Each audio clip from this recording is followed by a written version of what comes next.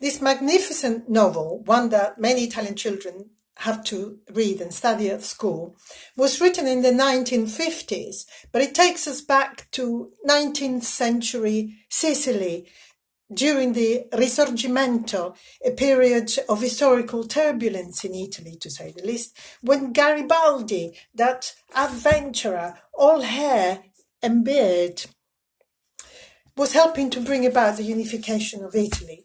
It deals with the consequences of the shift from a feudal society with its decadent lifestyle and magnificent palaces and fading frescoes to the Italian unification and a new enlightened administration that supposedly was going to help solve the problems of the poor South. It concerns the decline and fall of the aristocratic family of the Salinas, whose emblem is a gattopardo, which is a kind of tiger cat, really, more than a leopard. I don't know what a tiger cat is. I have never seen one. And it's almost entirely centered around the aging prince Don Fabrizio Corbera, head of the family, a character based on a great-grandfather of the author, Tomasi di Lampedusa. The prince says, "My unhappy generation straddles two worlds and is uneasy in both of them.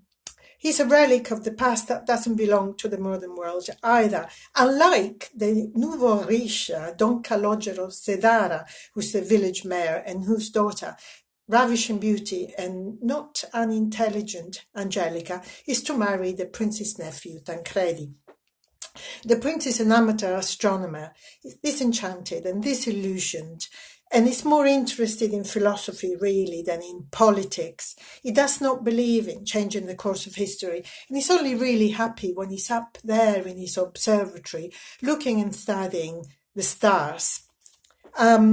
This reluctance to change he shares with old sleepy Sicily herself, ancient island that has forever been the victim of countless colonization, and that despite her huge misery and problems, clings to irrational pride and a belief in its own perfection. The revolution was perceived as a massive historical change from which a new world and a better society would emerge, but Don Fabrizio doesn't believe this will happen. Those in power will remain in power, he thinks, or new powers will emerge from this upheaval, and in a kind of historical inevitability, there will simply be a substitution of ruling groups. As one of the most famous passages from the novel puts it, things will have to change for things to remain the same. If it sounds a little bit heavy, let me assure you that it really isn't. On the contrary, there is a lot of humour and clever irony, and there is, of course, the Prince's Great Dane, Bendico, who is, like the stars, happily incomprehensible, incapable of producing anxiety. He really is one of the most unforgettable dogs in literature. But yes, besides Bendico, there is no entirely positive character here. Both aristocrats and common people are scheming and cruel, and the only beauty really comes from beauty of art, science, astronomy, the young, fleeting love, and, of course, from dogs.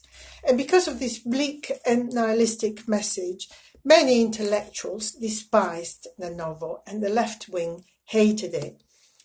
I understand why, but I also see it as an exercise in comparative politics that allows us perhaps to see the limits of other historical periods, the French Revolution, the American Revolution, the Russian Revolution, and other more recent periods in history that have seen great hopes being crushed. In the words of a very charismatic 20th century icon, that's just the way it is.